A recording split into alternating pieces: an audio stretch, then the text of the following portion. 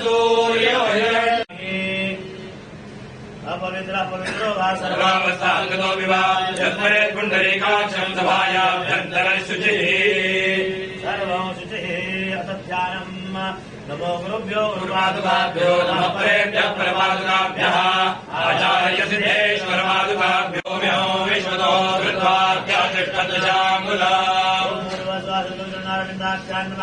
अवाहयामि अवहनार्थयक्षदान् समर्पयामि। ओम गुरुवचने वेदौतरवैयद्भूतयज्ञ।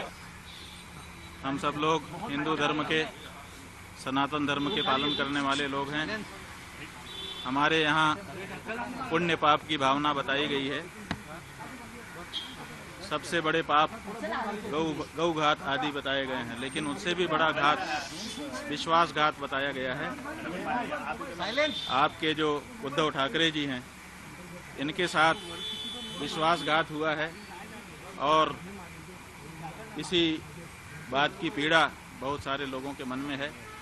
तो आज हम यहाँ पर उनके अनुरोध पर आए, उन्होंने स्वागत किया। हमने उनसे ये कहा है कि हम सबके मन में इस बात की पीड़ा है कि आपके साथ विश्वासघात हुआ।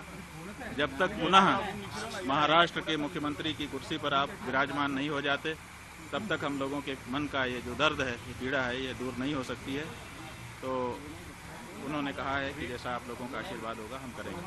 महाराज जी, लेकिन हिंदुत्व की बात कर रहे हैं कि जो विश्वासघात की बात कर रहे हैं, उद्धव ठाकरे से निकला, वो कहते हैं कि हिंदुत्व हमारा हिंदुत्व है। बीजेपी कहती है कि हमारे साथ विश्वासघात हुआ है। देखिए, किसका हिंदुत्व असली है तो ये जानना पड़ेगा कि जो विश्वासघात करे वो हिंदू नहीं हो सकता है।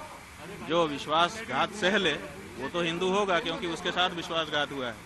तो जिन लोगों ने विश्वासघात किया वो कैसे हिंदू हो सकते हैं? नहीं, बीजेपी का कहना है कि पहले उद्धव ठाकरे ने बाकी लोगों के साथ मिलकर उनके साथ विश्वासघात किया और यही वजह है कि बाद में उत्तराधिकारी आपको बोलते हैं हम है, उनके विचारों के उत्तराधिकारी है। उद्धव जी बोलते हैं हम है विचारों के उत्तराधिकारी। भाई, हम कह रहे हैं कि उद्धव ठाकरे जी के साथ विश्वासघात हुआ है।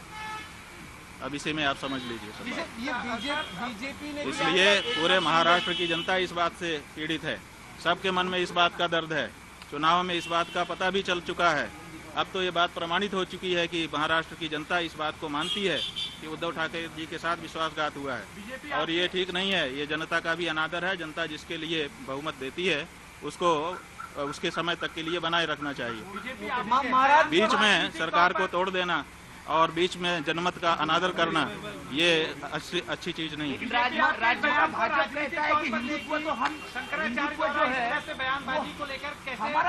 भाई, शंकराचार्य की बात नहीं है। शंकराचार्य जी क्या कहेंगे? जो सच होगा तो वही तो कहेंगे। हमें राजनीति से लेना देना नहीं है। लेकिन विश्वासघात तो हमारे यहाँ पाप बताया गया है। ये तो धर्म का मामला है ना, पाप और पुण्य। और इस बारे में कौन बोलेगा? राजनेता बोलेगा। इस बारे में तो धर्माचारी ही बोलेगा।